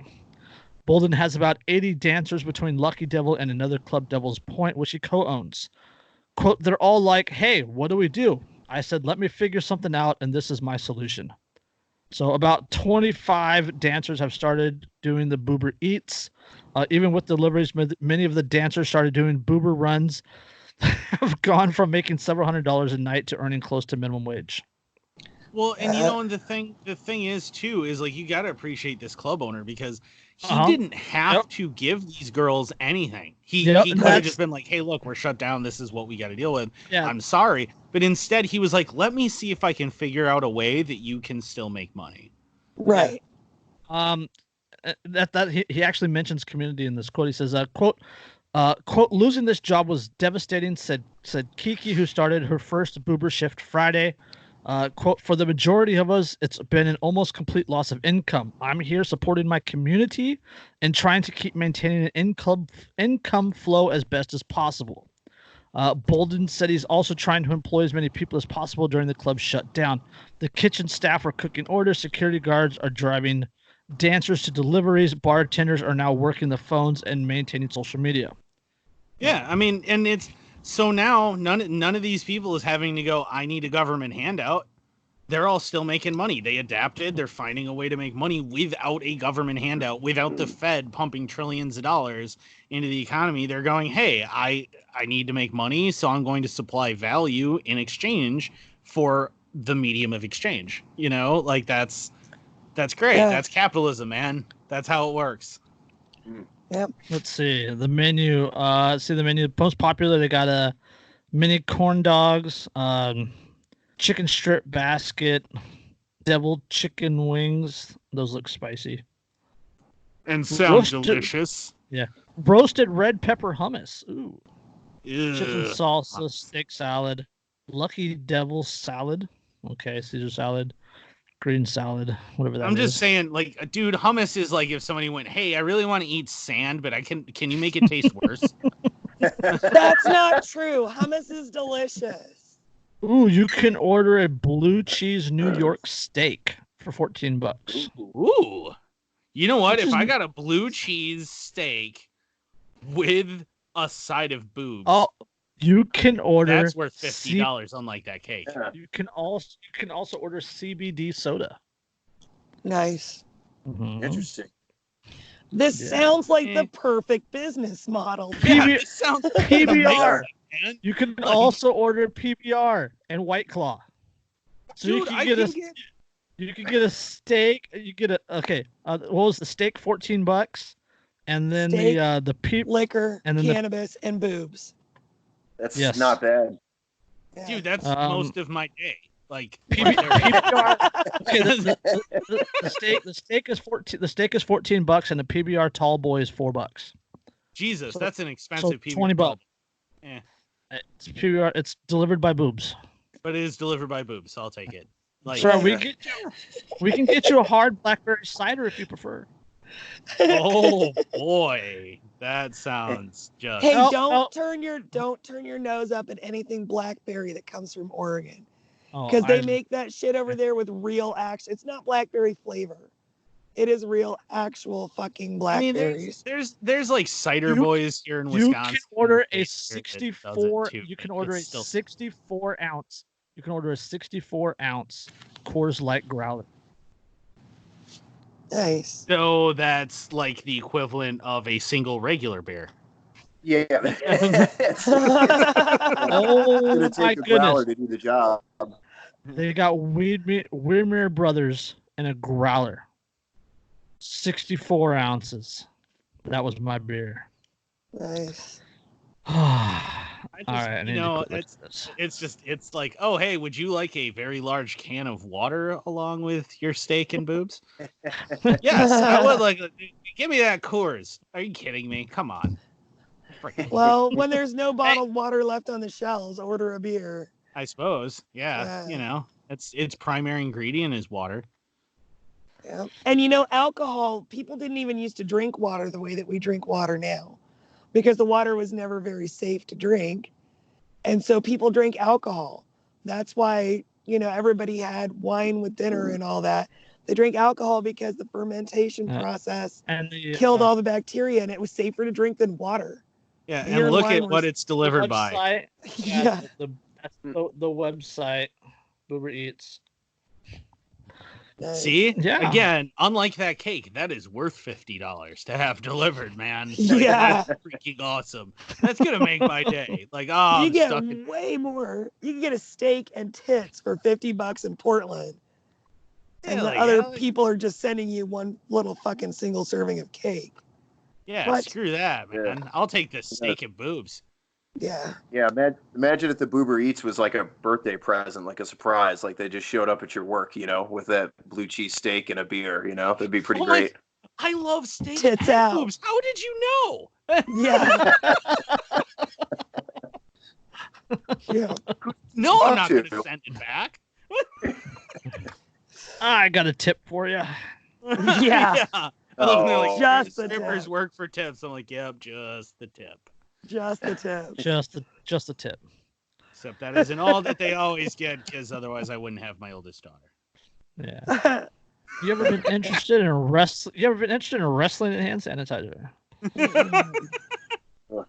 I got this great All right. business idea for a drive-through. Yeah. All right. While we're on this subject, Which one? Yeah, no kidding. quote, people are suffering. Russian porn star offers to trade sex for COVID-19 vaccine. And suddenly, men all over the world became scientists. It is amazing how much of an interest in bioengineering I've suddenly developed. Yeah. Oh, Just she's a good-looking girl too. Russian porn actress whose name I'm not going to try to pronounce, also known by her stage name Lola Taylor, has recently made a rather explicit offer to her social media audiences as she's lamented her current predicament, staying indoors for 2 weeks upon her return to Moscow from Italy, as per anti-coronavirus measures implemented by the Russian capital authorities. In a video posted on her Instagram, Lola complained that she can't leave her residence or she may get busted for violating her quarantine rules, and offered to get intimate with everyone who makes the coronavirus vaccine, though it wasn't immediately clear whether she was being serious or just emotional. So not In a just a separate- vaccine for herself. She's going to bang every nerdy little scientist that had anything to do Yep, with exactly. That's what developing a she's saying. coronavirus vaccine. Okay, I got Yeah. it. Her name is Lyubov Bushieva. Mm. And she's a nurse, apparently. Just See? She's interested in the medical field. Yeah. Yeah. So, Well, I mean, to be fair though, it's not like this is a first because there was a couple of porn actresses in Miami who, if the Miami Heat won the NBA championship a few years ago, offered to blow every single fan of the Miami Heat and had like 200 and something takers on that, and that is upsetting a little. But They're also one during the last election that if somebody changed their vote from Trump to somebody else, that like Madonna or somebody like that would give him head. And everyone's the guy no. did, and he proved it, and she blocked him on Twitter or something like that.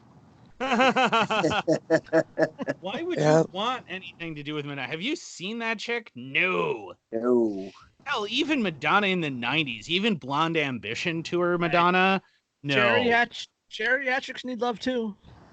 No. The material girl Madonna, yes. Okay. I'm just gonna say material girl Madonna, yes.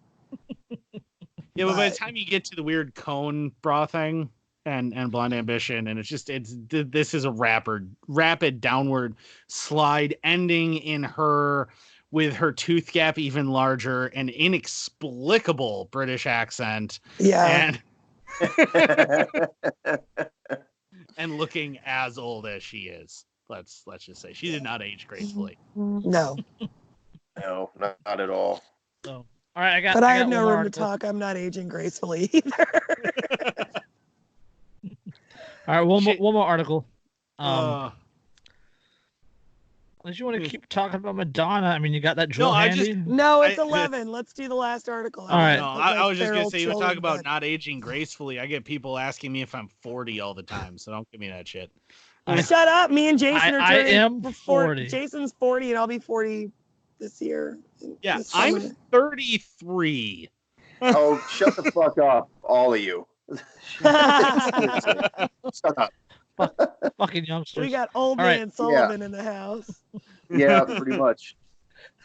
Papa Sullivan. All right. Yeah. Volunteers help keep shoppers safe in Pueblo West. This is out of Colorado. It says veterans and former law enforcement officers are going out of their way helping shoppers in the Pueblo West due to COVID-19. With permission from Safeway, the volunteers roam the parking lot in orange or yellow vests to make sure shoppers are safe when they get back to their vehicles. So they don't get mugged for their groceries like the lady in California. Yeah. Quote, this is where we live, and it is to show people that humanity is humanity no matter what is going on in the world, said Toy Glasscock, one of the leaders of the volunteers. This is more good. There's more good in the world than bad. This is the way of showing people that there is more good in the world. I kid you not. Toy, That's not the game. No, it's not. Toy Glasscock. Toy Glasscock.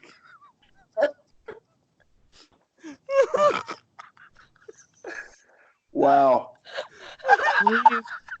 Breathe, you guys. Look, I'll even highlight it for you. There. Toy Glasscock. That is the guy's name. Oh, dude, Man. really? There is no way. Right there. Toy Glasscock. There is no fucking way that is not a drag queen who's giving that. You cannot convince me that is not a drag queen. Right? That is his name, Toy Glasscock. That's stage name. All right, that's stage name. There is no way that is not an armed drag queen who's volunteering to protect me. Okay. Oh my God. Real people do not have names like Toy Glasscock. No. No. No. That's just See? whatever that article had to teach us just got derailed. Hold on. As for other that happens stores a lot in around here, Chris. Hold on. As for other stores in Pueblo, Glasscock says they're happy to help. Sorry. You have to stop saying his name. What? Glasscock just wants to help. Just give Glasscock is here to help you on your way. Just give Glasscock a chance. Oh. Fuck. Sounds like something that I keep in my fucking freezer.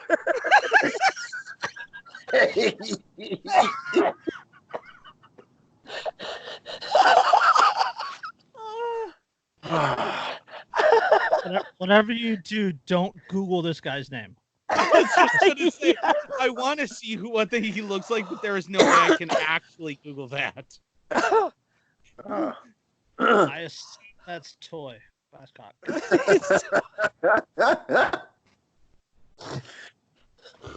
How do you get that name? How much did your parents despise you? Why wouldn't she go by a middle name? You know, like could he at least just be Brian Glasscock, or like I don't know. I'll bet you his middle name's something like Strap On. Or Broken. Oh God, he has a Facebook page. Oh.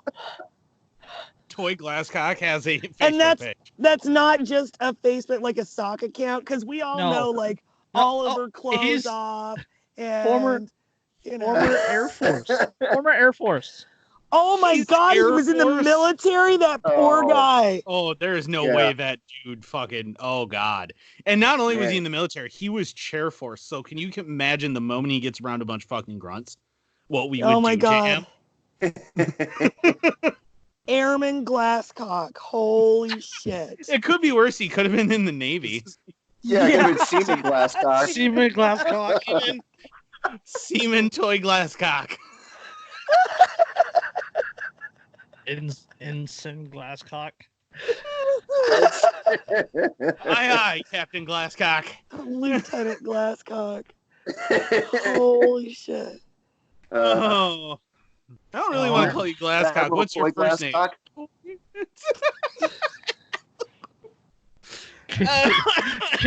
Can you imagine? Can you imagine? Drill Sergeant Glasscock. Oh my God. Oh, Gunnery Sergeant Glasscock. Can you imagine being a recruit? Imagine being a recruit fresh off the bus. Yes, sir, Sergeant Glasscock. Oh, I remember lined up at boot camp and everybody's having to say their name right before you have the uniforms and you have your little name tags. Mm-hmm. And oh my God, the people with fucking weird names or like names that innuendo was a real possibility for. Holy shit. The company commanders just fucking really made shit difficult for roasted them. Yeah. Oh, they roasted the hell out of them. Showing up and your name is Toy Glasscock. And all this time your CC or your drill sergeant thinks you're fucking joking and that you're being cute. Yeah, but until they actually see the paperwork and no, your fucking name is actually Toy Glasscock. And like, oh, you poor son of a bitch. Yeah. Yeah. And instead of being easier on you, because obviously your life has been hard enough already, they're going to use it as an excuse to fuck with you even harder than anybody else. They're going to fuck with the Toy Glasscock even harder. What you just... Yes, they're going to fuck with the Toy Glasscock. Just imagine an absolute straight face and the drill sergeant goes, drop and give me 20 Glasscock. Yeah. Glasscock, I don't see you working hard enough. You're never gonna make it here, Glasscock. In the Navy, the bathroom is called the head. Go scrub the head, Glasscock. Go scrub the head. Where's Glasscock? Oh, he's in the head. Did they call it head in the Air Force? You're such a pain in the ass, Glasscock. Right? The fact that he was military but not the Navy is making the village people very sad right now. Right. That was a serious lost opportunity. I don't know. I mean, if I were like really secure and not susceptible and I fucking wanted to do something really funny and my name was Glasscock, I would join the fucking Navy. Yeah, that has to be one of those a boy named Sue situations. Right? Yeah, Yeah. exactly. I knew I wasn't going to be around, so I had to toughen you up. So I named you Boy Glasscock. Yeah. All right. That's got to be a nickname, but for what? All right. Let's get off Glasscock and finish up. We're gonna ride the Glasscock pony for all it's worth, Jason. Yeah. All right.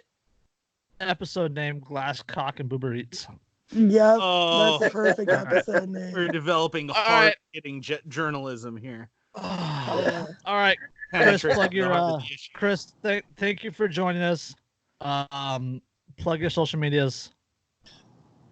People find you. You know, and honestly, a Glasscock.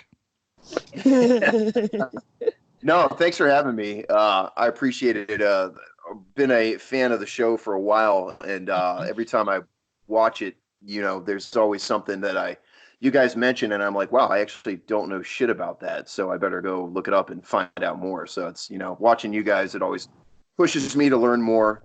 Here's the secret: we don't know shit about it either. Yeah, if education and entertainment and just fucking lewdness had a baby, it might be this podcast. Right. Hey, I'm all for it. So, and that baby didn't get enough oxygen at birth.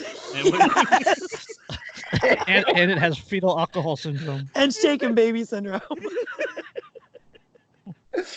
Yeah, fair enough. But no, yeah, it's no, it was fun being on, so I appreciate it. Mostly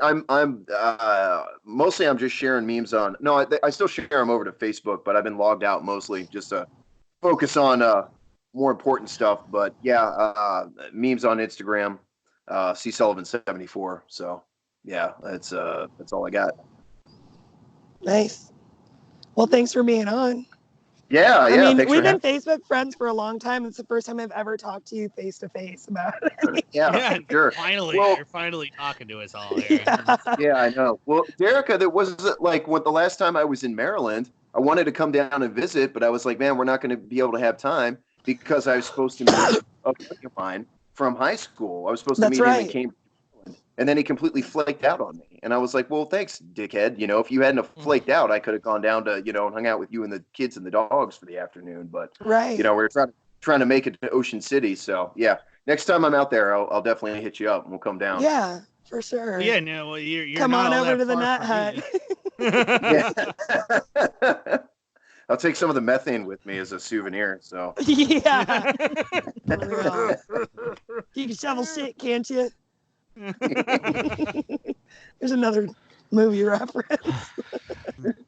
Yeah, you're not all that far from me either. I mean, I'm right up, and I'm just the next state over from Iowa. I mean, you're obviously the opposing downward corner, but yeah, because you're you're right across from because La Crosse is like right across from like Minnesota, but then you're not too far from the Iowa. Like you're at the northeast corner. I'm at like the southwest corner. So, and it's probably about 7 hours. Something you guys are all like 1,500 miles from me. Yeah. Right. I'm 3,000 miles from you, Jason. Which is still not a safe distance to be away from California. Yeah. Right. You're all stuck in the United Soviet Socialist Republic of California. Yeah. With National Guard on the ground. Yeah. Scoots over so your commie germs don't get on me. Yeah. Cuties. All right. This has been episode 86. Glasscocks and Boober Eats. Yeah. Make sure you check out Inked Anarchist's Hootenanny Roundup, my new page. Yes, that is linked in the description. That is Andrew's new meme page, as well as Andrew's YouTube page and Derica's book. Buy my book. Her damn book. Go buy her damn book, you dirty commies, and learn how to think for yourselves. That's right. We'll catch you next time. Peace. Peace. Peace.